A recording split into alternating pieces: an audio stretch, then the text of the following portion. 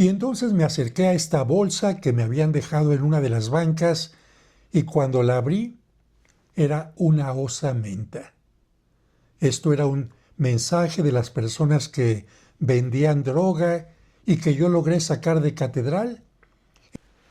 Hola amigas y amigos, nuevamente el padre José nos va a hablar algo de sus desmemorias o confesiones. Y yo estoy aquí para darles la bienvenida en su nombre. Ustedes ya me conocen y para los que no me conocen soy Peperucho. ¿Verdad que sí, padre? Claro que sí, Peperucho, y muchas gracias por saludar a la gente que sigue estas cápsulas que se llaman confesiones o desmemorias. ¿Y sabes por qué se llaman así? Pues sí, porque a veces nos falla la memoria o a veces nos recordamos de algunas cosas que a lo mejor no teníamos muy presentes. Y esto de compartir nuestra historia, nuestras experiencias con los demás es algo bueno. Así que yo lo dejo, padre, me voy al cajón para que usted comience lo del día de hoy. Muchas gracias, Peperucho. Pues vámonos al cajón.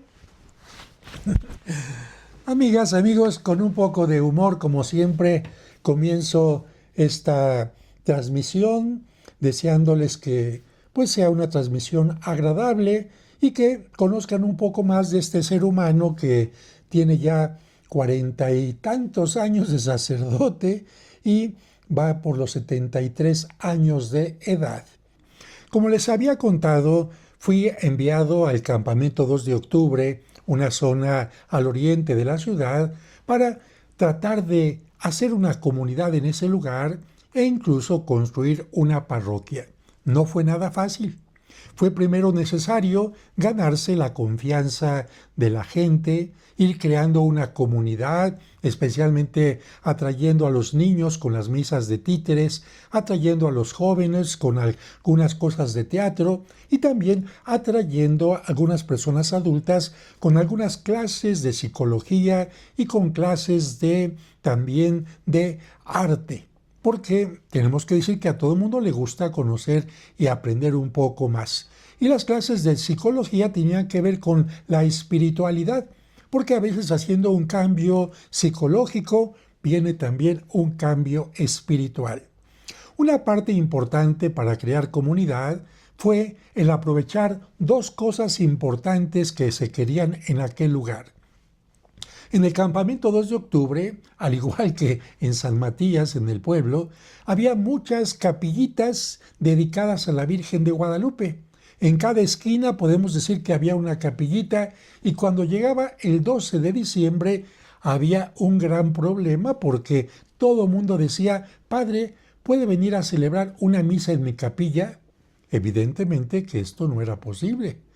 Sí aceptaba yo, por ejemplo, en ese momento que dependía un poco de la parroquia de Iztacalco, las misas en el mercado de Jamaica, iba a celebrar una misa al mercado de Jamaica para los comerciantes, pero una sola nada más, una parte en las frutas y otra parte en las flores. Aunque ahí también tenían varios altares, les decía no, únanse en una sola misa y ahí bendecimos todas las imágenes que están en el mercado.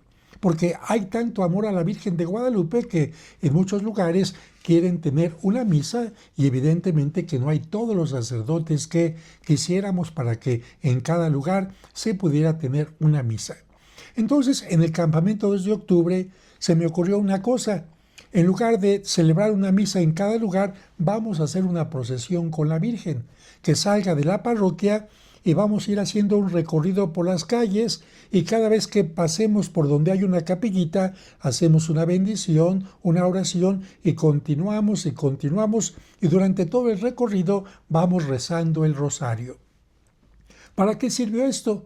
Para que la gente fuera conociendo los distintos lugares del campamento, para que los que estaban aquí conocieran este ambiente de acá y los de acá, este de acá, y todos fueran uniéndose en una misma fe.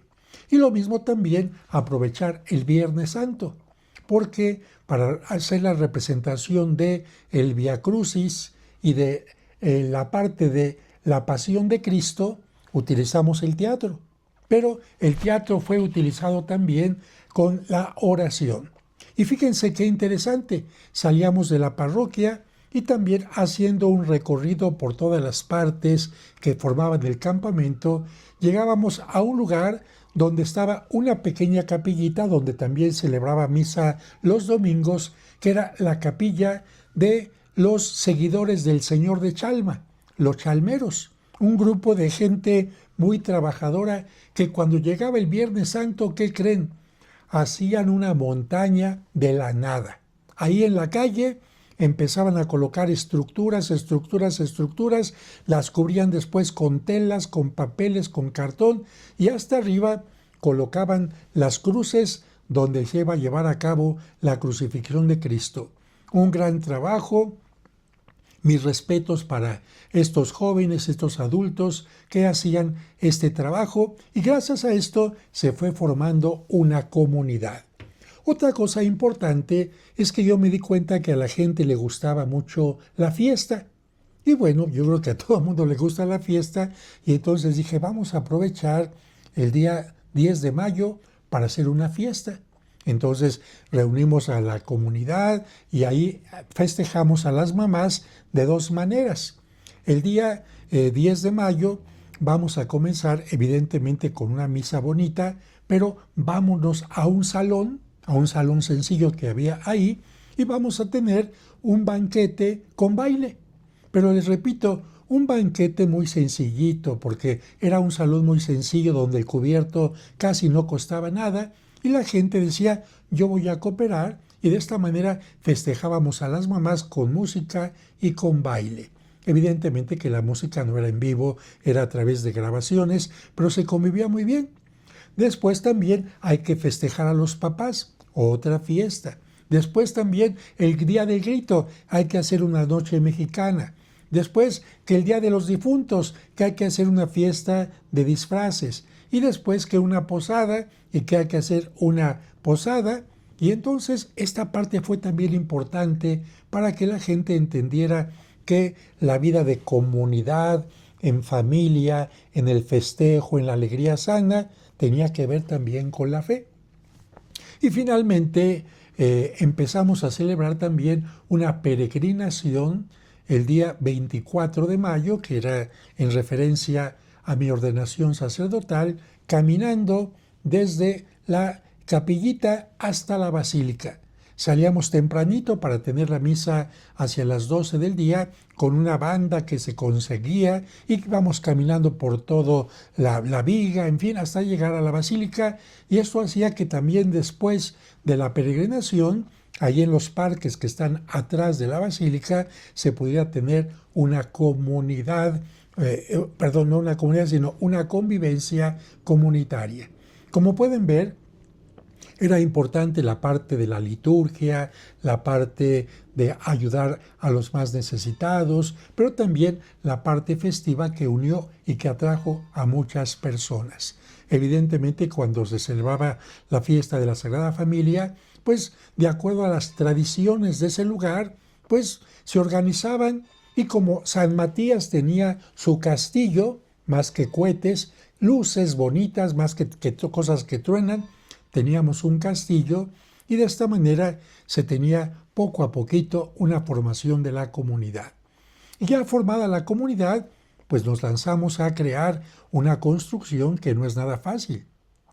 Construir una iglesia desde cero no es nada fácil y tuvimos que hacer los trámites legales. Después, cuando estábamos haciendo los trámites, nos anunciaron que iban a ensanchar la calle donde estaba la parroquia y le iban a quitar terreno al frente.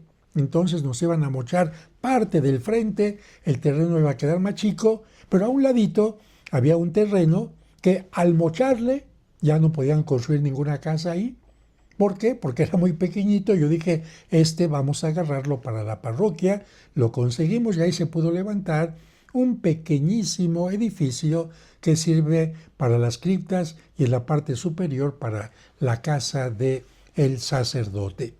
Pues bien, ¿cómo se fue construyendo esto? Pues en primer lugar, gracias a algunos líderes de la comunidad y gente de buena voluntad, como la familia Garzón, el señor Héctor Beina, el señor Luis, los catequistas que eran increíbles, preparaban grupos de 60, de 80 personas, Felipe y Amparo, y también el grupo de jóvenes y muchos otros grupos como el grupo de franciscanas que hicimos, el grupo del Santísimo Sacramento, y así se fue creando poco a poquito este deseo de construir una iglesia. Busqué a un arquitecto que pudiera hacer una iglesia de tipo moderno, porque aunque él me preguntó, ¿quiere una iglesia tradicional porque está cerca del pueblo? Le dije, no, esto ya no tiene nada que ver con el pueblo, así que vamos a hacer una iglesia moderna. ¿Qué ideas? Bueno, como la iglesia estaba enfrente de lo que se conocía los picos de Iztacalco, dije, vamos a hacer una iglesia con 3 picos, que recuerde a Dios Padre, a Dios Hijo y a Dios Espíritu Santo, y que también recuerde a Jesús, José y María. Entonces será una iglesia que tenga 3 picos en la parte alta, y después ya entrando, la iglesia también se irá levantando poco a poco para que tengamos en el interior una parte elevada muy bonita. Poco a poquito se empezó a hacer la excavación para los cimientos con 2 trabajadores nada más. No alcanzaba para más. Había que pagarle a los 2 trabajadores y poco a poquito habría que ir juntando para el material, que el cemento, la grava, la cal, la varilla, que si ustedes han construido alguna vez alguna casa pequeña, imagínense ahora construir esto, pero a lo grande. Entonces no se podía. Íbamos avanzando muy lentamente. Los cimientos no iban a ser poquito. Los cimientos para sostener la estructura tenían que ser bien profundos. Y yo me acuerdo cuando estaban echando el colado a los cimientos, dije, ¿cuántas toneladas de cemento, cuánta piedra, cuánta cosa, cuánto gasto que no se ve? ¿Cuánta varilla que no se ve? Pero finalmente eso iría haciendo que se levantara. Y mucha gente, de hecho, me decía, padre, es que no se ve que se vaya construyendo. Y dije, pues no, porque todo va quedando abajo, pero afortunadamente se fue levantando poco a poquito. Y para poder conseguir donativos, pues empezamos a hacer kermeses. Y la gente, un grupo y otro, pues empezaron a vender que yo vendo pancita, que yo vendo sopes, que yo vendo postres, que yo vendo no sé qué cosa más. Y incluso hasta llegamos a pensar en vender tacos al pastor. Miren, aquí está esta fotografía donde estoy vendiendo tacos al pastor. Ahí me había rasurado totalmente la cabeza y estamos vendiendo tacos al pastor, que para venderlos tuvimos que andar buscando la receta. Y al buscar la receta yo me enteré de una cosa que no lo creía, porque en un lugar donde vendían tacos le preguntábamos a una gente, no nos querían decir la receta, en otro lugar, en otro, hasta que finalmente con personas conocidas y amigas nos dieron la receta, pero nos dieron el color, porque los tacos al pastor tenían un color rojito. Y yo me había imaginado que sería porque era achiote, porque era chile pasilla, chile ancho, algo así, chile guajillo. Ah, no. ¿Qué creen? Que ese color lo sacan de un elemento químico que incluso si se pasa uno, puede ser totalmente negativo para el aparato digestivo. Así que en un momento determinado dijimos, vamos a ponerlo como lo pone la gente, sabiendo que no es dañino, poquitito, pero más adelante decidimos quitar incluso eso y que apareciera la carne en forma natural. Así que cuando ustedes vean unos tacos al pastor muy coloridos, sepan que el color no es bueno, que el color puede ser dañino y que es mejor que encuentren unos tacos al pastor que no tengan este color. Bien, la parroquia fue también embellecida con algunos elementos. Claro, yo no pude terminarla, les tengo que decir esto, porque, como les voy a contar más adelante, el cardenal en el año 2000 me envió a la catedral y por lo tanto tuve que dejar ya a punto de terminar la iglesia de la Sagrada Familia. Afortunadamente quedó al frente el padre Jorge Pansich, que la pudo terminar siguiendo las indicaciones más importantes, pero lamentablemente él ya no tenía un gusto artístico tan, vamos a decir, tan especial como lo tenía yo, porque la parroquia iba a tener un altar de cantera, iba a tener piso de cantera o de barro, y iba a también tener un vitral mucho más grande que el que se puso. Ya cuando yo ya no estuve, el padre Jorge no pudo conseguir para el vitral y puso un vitral chiquito. Pero afortunadamente lo que sí pude lograr fue colocar obras de un gran artista español, Vivencio Díez, que en paz descanse, que tiene obra de vitrales y obra de material con mármol incrustado en distintas iglesias, como por ejemplo en Mixcoac, en otra iglesia en el eje, en la colonia, la colonia Condesa y en muchos lugares más. Y entonces yo le pedí a él que hiciera una Sagrada Familia inspirada en la Virgen de Guadalupe.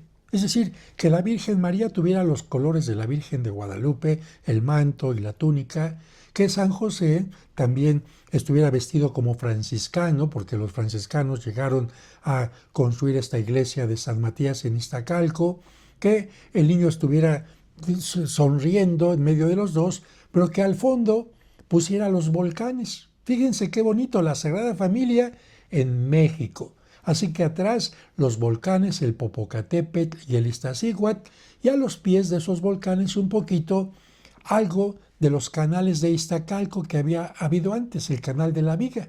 Así que él logró esta maravillosa imagen hecha con pedazos de mármol. Es mármol cortado, totalmente pulido y con una apariencia totalmente lisa. Eso sí, una obra pesadísima porque aunque ustedes ven nada más el frente, si lo ven de perfil, el perfil es de este grueso, imagínense el peso de las piezas de mármol todas juntas. Y también le pedí que hiciera un Vía Crucis, y un Vía Crucis moderno, porque en muchos lugares ya se hacía únicamente el Vía Crucis con los puros pies de Cristo, o con las puras manos, o con algunos signos, pero no tan simple como el que pusieron en la iglesia de Perisur. Porque si van a la iglesia de Perisur, van a decir, padre, ¿qué es esto? Esto parece un juego de ping-pong o de canicas. Porque en Perisur el primer misterio es un palito con una caniquita, el siguiente con una esfera, el siguiente dos esferitas, el otro... Y uno dice, pues será arte muy raro, pero creo que el arte tiene que ser también entendible fácilmente. Y aquí yo les pongo algunos elementos nada más de este Vía Crucis para que vean cómo se iban conformando las 14 estaciones. Y finalmente, pues una iglesia que tenía una luminosidad bastante importante. No es fácil construir una iglesia, para nada, es bastante complicado, como les he dicho, y yo tuve una enseñanza muy importante, porque al principio yo veía que se iban juntando, afortunadamente los recursos íbamos saliendo adelante, pero no tomé en cuenta que los gastos iban a ir aumentando, porque al principio era solamente escarbar y pagarle a los dos albañiles, pero después fue escarbar y también comprar varilla para ir haciendo las estructuras abajo. Pero más adelante fue comprar varilla y comprar cemento y comprar grava y pago de los albañiles y pago al arquitecto. Y así fue cada vez más constando, elevándose los gastos, y llegó un momento en que yo entendí algo que Dios me decía. Porque en ese momento yo a todo el mundo le decía, ay, estamos construyendo una iglesia, y me sentía así como muy fregón, ay, que yo lo estoy haciendo. Y bajo esas circunstancias, como que Dios dijo, a ver, ¿la estás construyendo tú? No, chiquito, no. Dice ya la Sagrada Escritura, en vano se cansan los albañiles si Dios no construye la casa. ¿Tenía razón? ¿Tenía razón? No era el padre José el que iba a construir esa iglesia, era Dios el que, valiéndose de toda la comunidad y también de mí, el que construiría esa iglesia. Así que yo aprendí a ser humilde y decir, no, ninguna cosa grande se construye por uno mismo, Todas las obras grandes se construyen porque Dios es el primero que está ahí presente. Ahora, en esta iglesia utilicé, como ya les he dicho antes, el Teatro Guiñol, el teatro, y tuvimos bastantes presentaciones maravillosas como las pastorelas, con los niños de la parroquia, con los jóvenes. Tuvimos también la representación de las apariciones de la Virgen de Guadalupe y llegué a poner también Jesucristo Superestrella ahí, en la calle que estaba a un lado de la parroquia, y fue un exitazo porque atrajo a mucha gente, especialmente a muchos jóvenes que estaban como ávidos de cultura, de música, y eso fue maravilloso. Una etapa en la que fueron pasando un año y otro año. Aquí les paso algunas fotografías de cómo la gente, pues con mucho cariño, me organizaba el cumpleaños de cada año, y no faltaban las mañanitas y no faltaba el pastel, y la gente se organizaba, y yo estoy muy agradecido con todos, con todas las personas que estuvieron presentes ahí, y que gracias a ellas se construyó este templo. Recuerdo aquel momento en que Santa Teresa, así lo cuenta la historia, Santa Teresa, esta gran mística, le hizo una pregunta a Dios. ¿Por qué? Porque el rey Salomón, como saben ustedes, cuando Dios le dijo, pídeme lo que quieras, el rey Salomón pidió sabiduría. Y fue un rey increíble, un rey que supo gobernar muy bien, que logró que Jerusalén se pusiera muy hermosa y muchas cosas más. Pero al final de su vida tuvo tentaciones y tuvo momentos difíciles y quizás alejados de Dios. Y entonces, precisamente pensando en esta situación, Salomón, ¿qué habrá pasado al final de su vida? ¿Cómo lo habrá juzgado Dios? Y entonces Santa Teresa le preguntó a Dios, Dios mío, ¿Salomón se salvó o no se salvó? Y Dios, de acuerdo a esta historia que cuentan, no le contestó sí o no. Dios simplemente le contestó diciendo, me construyó un templo. Me construyó un templo. Y Santa Teresa entendió que haberle construido un templo a Dios en lo más importante, en el lugar más importante de Jerusalén, era poner a Dios en el centro de la vida, pero no solamente eso, sino hacer que toda la gente del pueblo se acercara a Dios, alabara a Dios, adorara a Dios y centrara su vida en Dios. De tal manera que Salomón fue un gran apóstol y por lo tanto Santa Teresa entendió que cada quien tiene que construirle a Dios un templo, si no se puede materialmente, por lo menos sí en el corazón de cada persona. Y bueno, después de muchos años, porque no fue fácil construir esta iglesia, finalmente se consagró y quedó muy bonita, pero vino para mí un cambio difícil, porque uno se encariña con la gente, no vamos a decir que no, uno se encariña con el lugar y, de acuerdo a las normas de la iglesia, cuando el obispo dice te vamos a cambiar de lugar, pues uno tiene que estar dispuesto, totalmente dispuesto a hacerlo, y el cardenal me mandó llamar, en este caso ya el cardenal Norberto Rivera Carrera, ya había muerto el cardenal Ernesto Corripio, que me mandó a Roma, y él, sabiendo que yo había estudiado arte y que daba clases de arte en el seminario, en la universidad, en el Museo de San Diego, en la Pinatoca de San Diego, en el Museo de San Ildefonso, en el Museo del Carmen, etc., dijo, necesito que vayas a la catedral y ayudes a que la catedral vuelva a recuperar su esplendor. ¿Por qué? Porque la catedral en ese momento estaba en un problema muy delicado. La catedral no era visitada ni por fieles ni por turistas. ¿Por qué? Les voy a explicar algo rápidamente, a ver si tengo aquí una hojita. Bueno, vamos a utilizar algún elemento sencillo. A ver, vamos a ver dónde puedo utilizar algo. Aquí vamos a utilizar este sobre. Miren, hagan de cuenta que esta es la catedral, ¿no? La catedral empezó a construirse de atrás para adelante. Es decir, que lo último que se construyó fueron las torres de la catedral. Y la catedral en la parte de atrás se construyó sobre un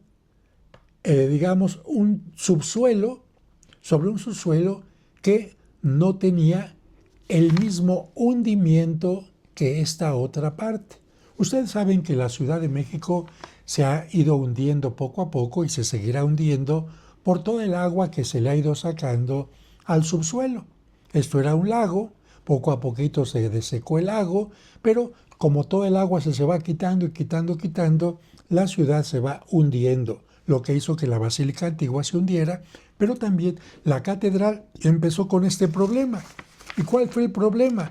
Que en la parte de atrás la catedral se empezó a hundir para acá, así. Y en la parte del frente, en las torres, la catedral se empezó a hundir aquí, en esta parte más hacia esta torre de acá que hacia esta. ¿Qué hizo entonces que la catedral se empieza a hundir en una forma, vean, no parejita, sino no pareja? ¿Qué iba a hacer este hundimiento? Que aquí la parte de arriba de la catedral pues se iba a romper, que los muros de la catedral se iban a abrir y por lo tanto surgieron ideas para poder rescatar la catedral, y una idea que era totalmente absurda es: vamos a desarmar la catedral piedra por piedra, retablo por retablo, vamos a hacer que todo el subsuelo esté perfectamente ya parejo, y ya que esté totalmente parejo, la volvemos a armar. Pues evidentemente que esto era una cosa absurda. Algo semejante hicieron allá en Egipto, en Abu Simbel. Sí, pero era una cosa mucho más sencillo, eran puras piedras, no tenía retablos, ni pinturas, ni otras cosas. Y entonces a los arquitectos mexicanos se les ocurrió algo muy importante y muy interesante. Dijeron: a ver, si en esta parte la catedral no se está hundiendo, aquí vamos a hacer que se hunda. Donde no se está hundiendo, vamos a hacer que se hunda. Y donde se está hundiendo, vamos a hacer que no se hunda, haciendo múltiples canales donde vamos a estar inyectando, para que me entiendan más sencillo, concreto, y aquí ya no se va a hundir porque le estamos inyectando esto. Y aquí donde no se estaba hundiendo y queremos que se hunda para que se empareje, aquí le vamos a sacar lodo por múltiples canales, y para esto tuvieron que hacer unos agujeros tremendos, más o menos de 3 metros de largo, pero por muchísimos metros de fondo, y por ahí se fue haciendo este trabajo. ¿Y qué creen? Que se logró nivelar en gran parte la catedral. Se logró nivelar en gran parte, y ahora la catedral, ciertamente con monitoreo, se está empezando a hundir ya en una forma más pareja. Y tiene una plomada en el centro, la catedral, que no es simplemente que un péndulo, dice la gente, no. Eso sirve para ver cómo se está hundiendo la catedral. Si hacia acá, si hacia acá, si hacia acá o si hacia acá. Eso se va viendo en el piso de la catedral a través de un esquema que ustedes pueden ver cuando entren al lugar. Bueno, entonces, para poder hacer estos agujeros que se hicieron no en el nivel que ustedes visitan normalmente en la catedral, sino en el nivel donde están las criptas, donde están los difuntos, ahí se hicieron los agujeros. Bien, para poder hacer estos trabajos de agujeros, tuvieron que, en primer lugar, asegurar que la catedral no se abriera.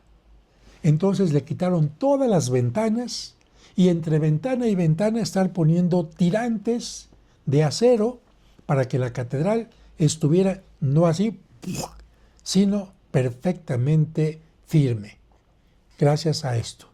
Y después también, para dar mayor seguridad y que no se fueran a caer las partes de las cúpulas ni nada, llenaron toda la catedral de andamios.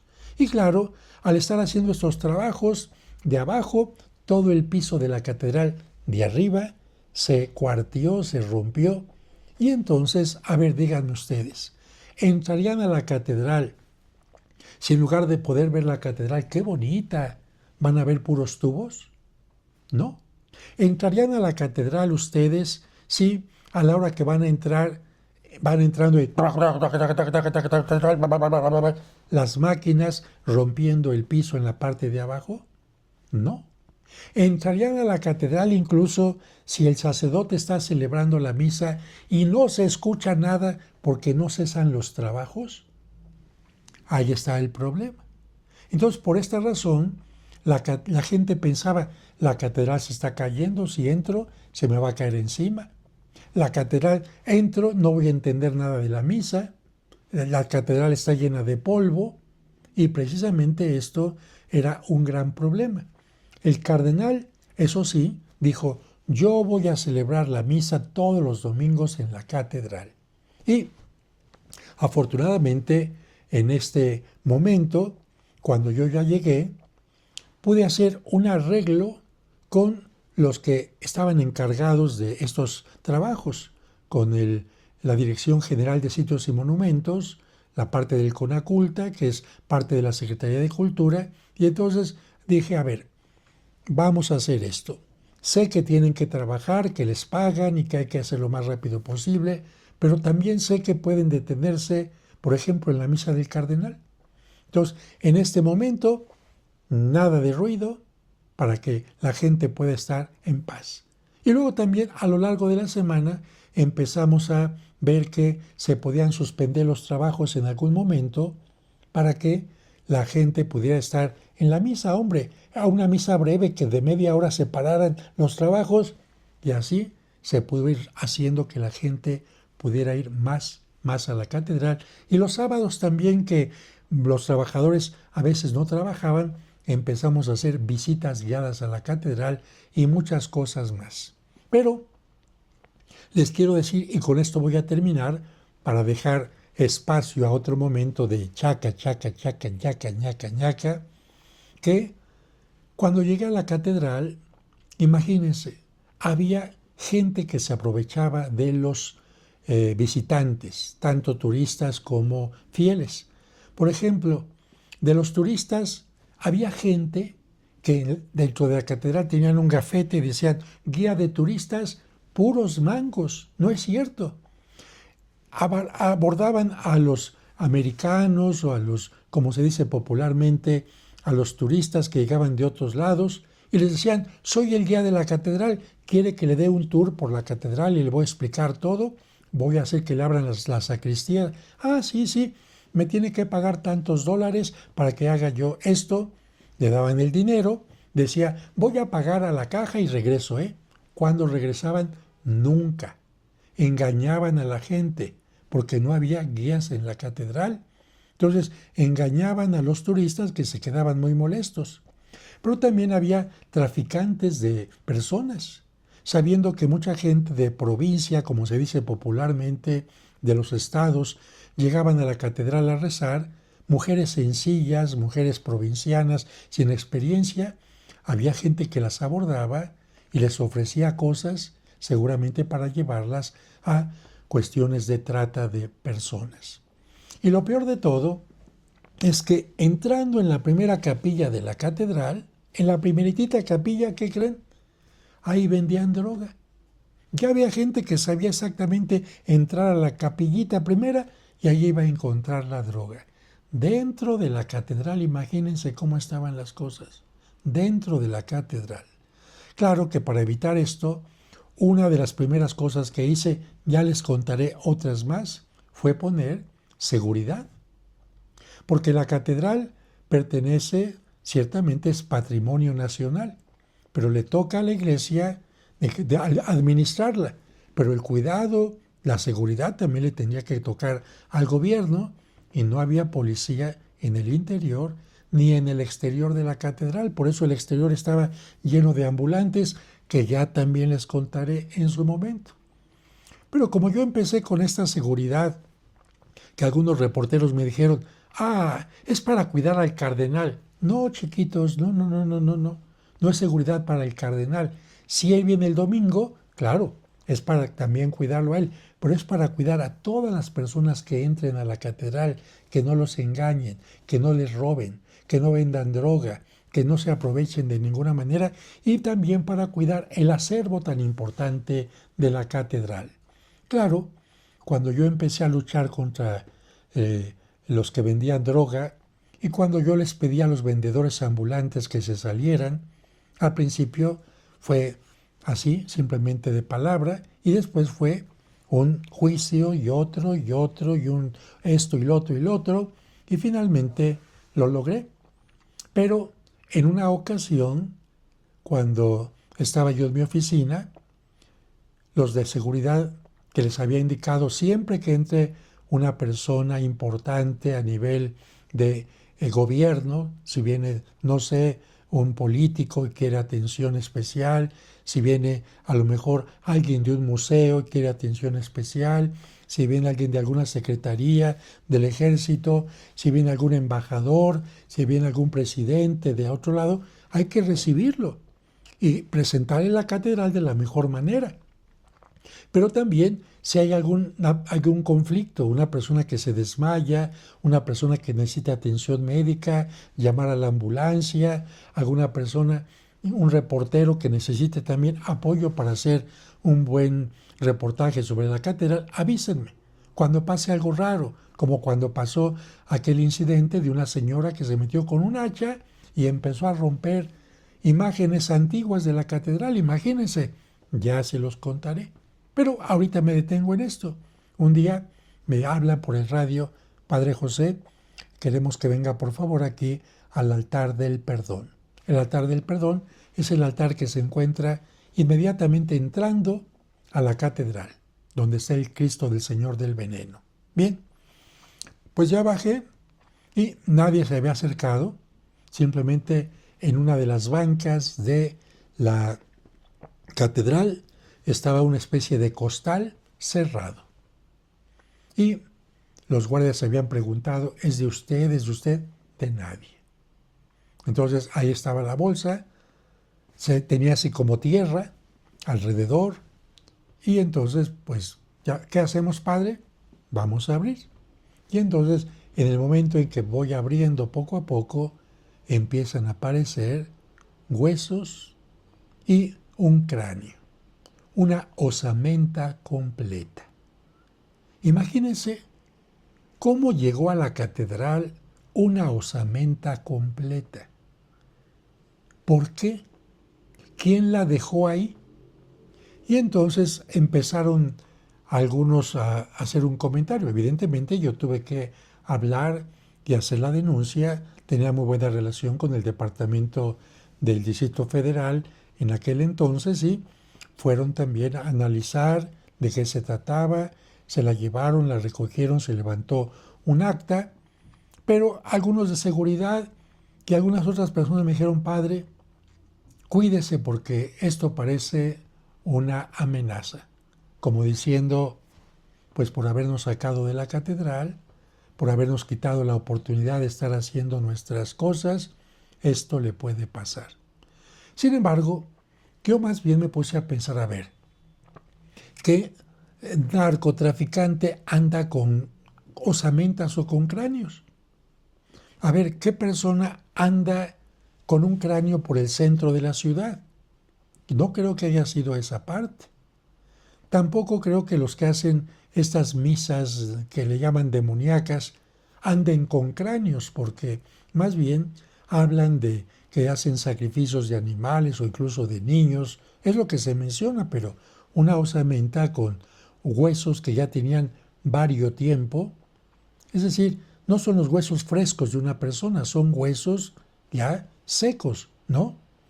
Y entonces yo pensé en lo siguiente, más bien pensé en una persona pobre, con limitaciones económicas que lamentablemente le dieron el aviso de que los restos de su familiar los iban a sacar de la fosa. ¿Por qué? Porque como ya no hay perpetuidad en los panteones, cuando se cumplen determinados años, le avisan a la persona, venga por sus restos porque los vamos a sacar. Y si no viene por ellos, a la basura o no sé a dónde se vayan, una fosa común, de esto no estoy enterado, y no hay una información tampoco muy amplia. Y entonces esta persona fue, le entregaron los huesos en un costal y dijo, No tengo dinero para volverlos a enterrar. No tengo dinero para llevarlos a cremar.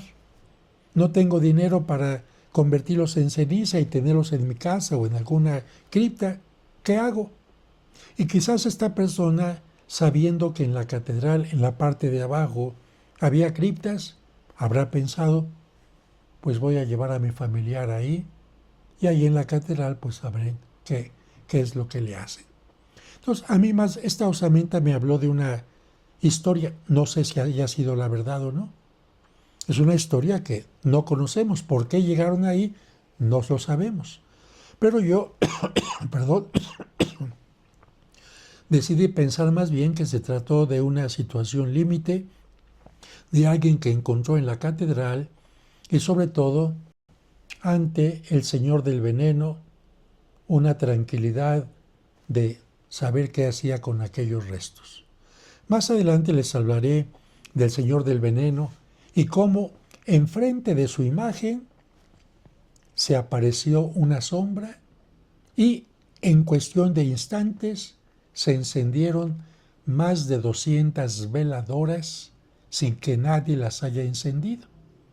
Y también les voy a contar cómo en otro momento la señora Cristina Pacheco visitó la catedral y vio a una mujer de negro con atuendo del siglo XVIII en el baño, y cuando fuimos a buscar a aquella mujer no estaba. Historias interesantes que ya les estaré contando en la siguiente ocasión. Y también les voy a contar de cómo me corrieron los encargados de la catedral cuando el cardenal me hizo que llegara. Cuando yo llegué a la catedral, no crean que me recibieron muy bien, no, sino más bien. ¿De verdad, padre? Sí, Peperucho, fíjate, de verdad. Lo corrieron, qué gacho. ¿Y quiénes lo corrieron, padre? Pues mira, curiosamente no fueron los vendedores ambulantes al principio, no fueron los que vendían drogas, que apenas yo iba a saber que los vendían, sino fueron algunos sacerdotes de la catedral. ¡Wow! ¿Qué sacerdotes, padre? Pues se llaman los canónigos de la catedral. Los sacerdotes con mayor autoridad en la catedral, cuando el cardenal me pidió que llegara a la catedral, ellos me corrieron en lugar de darme la bienvenida. ¡Ay, cuéntenos, padre! Pues fíjate que no, porque ya nos alargamos en el video, así que lo de los fantasmas, lo de cómo me corrieron y otras cosas más interesantes, lo estaremos escuchando en Las Confesiones y Desmemorias del Padre José. No se la pierdan. Hasta la próxima. Hasta la próxima. Que Dios les bendiga.